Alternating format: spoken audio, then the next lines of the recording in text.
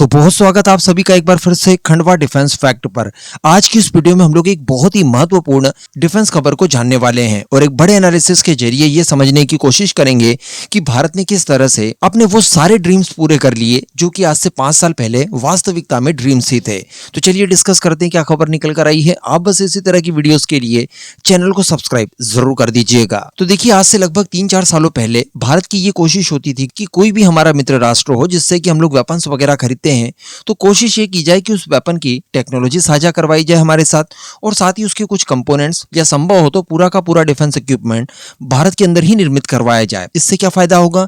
इससे फायदा ये होगा कि भारत के अंदर एक तो रोजगार बढ़ेगा, साथ ही भारत के अंदर एक इकोसिस्टम डेवलप होगा, सप्लाई चेन सुनिश्चित होगी ताकि उस तरह के सिमिलर वेपन्स जब हमारे स्वदेशी स्तर पर तैयार किए जाएं तो उनको उसी सप्लाई चेन का फायदा मिले और वो जल्द से जल्द भारत के अंदर ही निर्मित होने के लायक हो जाए। ये हमारा मकसद था। साथ ही इसके जरिए हमारी कई प्राइवेट कंपनियों को डिफेंस का अनुभव भी हो जाएगा, कुछ टेक्नोलॉजी भी मिल जाएगी विदेशी कंपनियों से, और कुल मिलाकर भारत की आत्मनिर्भरता को ये सुनिश्चित करेगा। अब इसके ऊपर काम देखिए शुरू भी हो चुका है। कई तरह के वेपन्स आज भारत के अंदर तैयार किए जाते हैं। साथ ही भारत की कई सारी प्राइवेट कंपनियों ने डिफेंस के क्षेत्र में बड़ा योगदान दिया और आज भारत बताया जा रहा है कि इतना सक्षम हो चुका है कि अपनी जरूरत का लगभग 90% गोला बारूद अब वो स्वदेशी स्तर पर ही तैयार कर रहा है। अब ये खबर कितनी बड़ी हो सकती और इसके मायने कितने ज्यादा महत्वपूर्ण हो सकते हैं, आप ऐसा समझिए कि आज की परिस्थितियों में लंबे युद्ध आप एक्सपेक्ट कर सकते हैं। रशिया यूक्रेन वॉर हो या फिर इजराइल गाजा वॉर हो, हम लोगों को देखने के लिए ये मिलता है कि ये लंबे समय तक वॉर चलते हैं। ऐसी परिस्थिति में गोला बारूद वगैरह को लेकर काफी स्ट्रगल करना होता है उस देश को जो युद्ध लड़ रहा है। रशिया को देखा, इजराइल को देखा, ये दूसरे देशों के ऊपर निर्भर हो गए, जबकि दोनों ही देश डिफेंस के सेक्टर में काफी अच्छा करते हैं और काफी बड़े स्केल पर ये लोग अपने वेपन्स को एक्सपोर्ट भी करते हैं। तो यहाँ पर इनकी कमी को समझते हुए भारत ने अपनी कमी को दूर करने के लिए काफी तेजी से काम किया और आपने आर्टिकल पढ़ ही लिया होगा, 90% तक गोला बारूद अब हम लोग स्वदेशी स्तर पर तैयार कर सकते हैं और इसमें लगभग 200 तरह के एम्यूनिशंस आते हैं। साथ ही इन स्वदेशी गोला बारूद को लेकर पिछले 3 सालों में हमारी सेनाओं ने लगभग 26,000 करोड़ रुपयों के ऑर्डर्स भी दिए हैं। लेकिन दोस्तों, यहाँ पर एक और चीज देखने के लिए मिली है और वो ये है कि भारत के जो मित्र राष्ट्र हैं जो अक्सर भारत को हथियार वगैरह भी एक्सपोर्ट करते रहते हैं, इनका रुख भी अब भारत की ओर बढ़ गया है।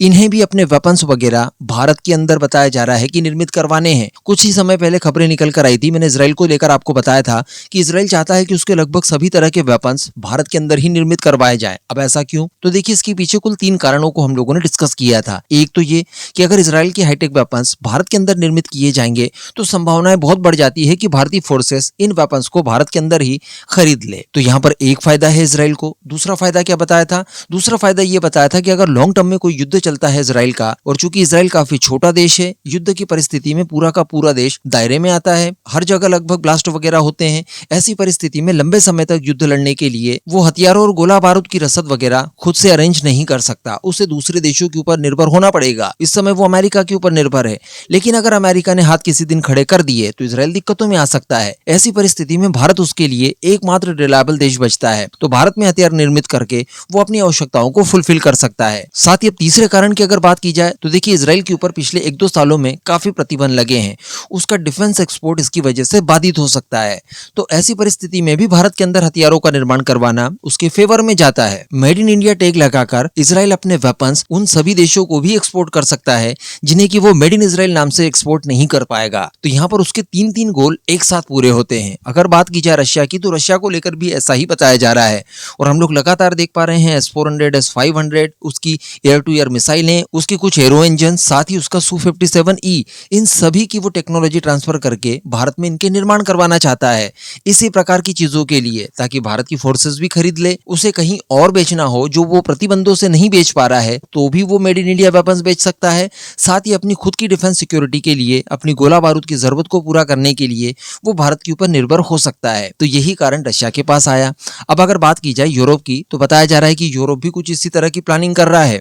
यूरोप को भी पता चल चुका है कि आने वाले समय में अमेरिका उस स्तर का रिलायबल देश उनके लिए नहीं रहेगा, उनकी सिक्योरिटी उन्हें खुद को ही पूरी करनी होगी। इसके लिए मैंने आपको कुछ ही महीनों पहले एक वीडियो बनाकर बताया था कि यूरोप ने अपना रीआर्मामेंट प्लान इंट्रोड्यूस किया है, जिसके तहत ये लोग लगभग $800 बिलियन के वेपन्स अपनी फोर्सेस के लिए तैयार करवाएंगे। अब इतने सारे वेपन्स ये लोग अपने देश में तो तैयार इस समय नहीं कर सकते, ना तो इतना इकोसिस्टम है इनके पास, ना ही इतने वर्कर्स वगैरह हैं, और साथ ही ये भी इजराइल की तरह छोटे छोटे से देश हैं। और अगर किसी प्रकार का कोई युद्ध शुरू हो जाता है और वो युद्ध लंबे समय तक चलता है तो इनके पास हथियार गोला बारूद की जो सप्लाई है वो रुक सकती है। इस वजह से बताया जा रहा है कि अब यूरोप भी भारत की ओर देख रहा है और वो भी अपने हथियार और गोला बारूद वगैरह भारत में निर्मित करवाने की तैयारी कर रहा है। तो अगर आप एक समय के लिए इनके अपने स्वार्थ अगर छोड़ भी दें और केवल आप भारत के बारे में ही सोचें, तो देखिए इससे कितना बड़ा फायदा भारत को होगा। भारत के अंदर कितना सारा गोला बारूद तैयार किया जाएगा, कितने सारे हाईटेक वेपन्स इनके जरिए तैयार करवाए जाएंगे, जिसमें हमारी लगभग सैकड़ों प्राइवेट कंपनियां पार्टिसिपेट करेगी। इसके जरिए उनके पास कुछ हद तक टेक्नोलॉजी आएगी।